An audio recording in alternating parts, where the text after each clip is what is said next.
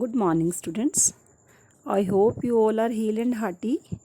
Dear students, today we will read the ninth poem of your book Beehive. The name of the poem is The Snake Trying, and it is written by W.W.E. Rose. W.W.E. Rose was a Canadian geophysicist and poet. He was born in 1894 and died in 1966. He is known as the first modern Canadian poet. Dear students, before starting the poem, let us read a small introduction of the poem. In the poem, the poet says that the snake tries to escape from being hit by the stick held by a person who is trying to kill it. The poet wants to say that all snakes are not harmful. Humans have a notion that snakes are dangerous and try to kill them as soon as they spot one. But this is not true. He tells us how a harmless green colored snake tries to hide behind the green bushes in order to save itself. So, dear students, this poem is based on the theme of prevention of cruelty towards animals. So, let us read the poem. This is the first stanza of your poem. You can see that how a person holding a stick chasing the snake and snake is moving. The snake trying to escape the pursuing stick. Escape means save, pursuing means following, with sudden curvings of thin long body. Curvings means twisting. How beautiful and graceful are his shapes. So here in the very first stanza, the poet says that the snake tries to escape from being hit by the stick that follows it. As the snake crawls, its body twists and turns. It forms graceful and beautiful shapes. So here in the very first stanza, you can see that there is no any rhyme scheme.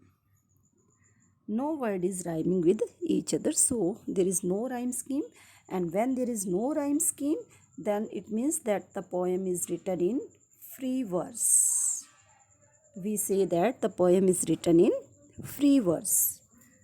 So now I am telling you the literary devices. Dear students, see the second line here. You can see pursuing stick. Here you know very well only stick can't follow anyone. So pursuing stick refers to the person who is holding the stick. Here pursuing stick means the person who is holding the stick. So pursuing is not used for the stick. It is used for the person who is holding the stick. Indirectly it refers to the person who is holding the sticks. So this type of combination is called transferred epithet. So here transferred epithet literary device is used.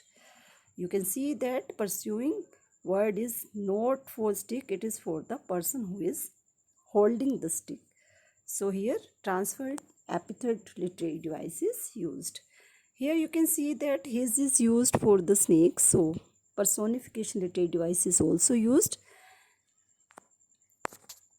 Now let us see the next stanza. He glides. Glides means moves or passes through the water away from the stalk. Stalk means hitting of the stick. Oh, let him go over the water into the reeds. Reeds means meaning is given water plants or water or marsh plants with thick stem. Into the reeds to hide without hurt, small and green, he is harmless even to children. So here in this stanza, the poet says that the snake moves. Glides means moves, passes through the water in order to save itself from the stick, from the pursuing stick. The poet pleads, he appeals to let the snake escape and hide behind the thick marshy plants. Reeds, thick marshy plants, as it is harmless, as the snake is harmless. the small green colored snake is harmless even to the children. So here in the stanza, the poet appeals that let the snake go because he is harmless even to the children. So again you can see, students, there is no rhyme scheme.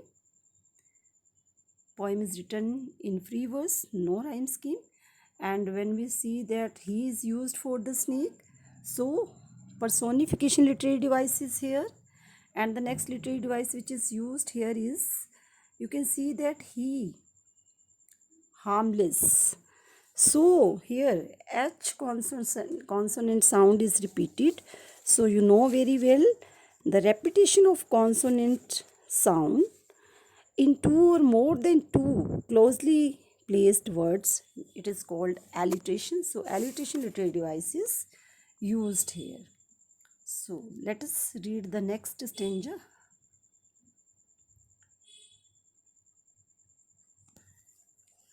Along the sand he lay until observed and chased away, and now he vanishes. Vanishes means disappears in the ripple. Here you can see ripple. Ripples means small waves. Small waves. You can see here these are the ripples. So he vanishes in the ripples among the green slim reeds water plants. So in this stanza the poet says that it was spotted and chased away by the person holding a stick. It lay quietly in the sand, and in order to save itself it disappears in the ripple. At first the snake disappears here in the ripples. He tries to hide itself and it disappears in the ripple of the water, and then hides in the green bushes of the marshy plant. Here you can see first he hides here, and after that behind these marshy plants, these reeds, these are the reeds, and snakes tries to hide itself here to save itself from the pursuing stick. Again you can see that there is no rhyme scheme. After that, when we talk about the literary devices, again you can see that here personification is there. And one more thing, in the whole poem there is imagery also. When the poet talks about the shapes of the snake, about its size, about its chasing by the person, and then a real picture of all these things comes in front of us. All these lines or words appeal to our senses. So imagery is also there in the whole poem. So dear students, this was the poem. It is very small poem, and this poem in very simple and clear words conveys the message that all creatures of nature need to be treated in a kind and sympathetic manner. Even snakes must not be killed because they do not bite unless they sense a danger to their life. Moreover, there are certain varieties of snakes that are not poisonous and are hence harmless. So, this was the poem, and these are the literary devices I have written. You can see them. Read this poem again. Thank you.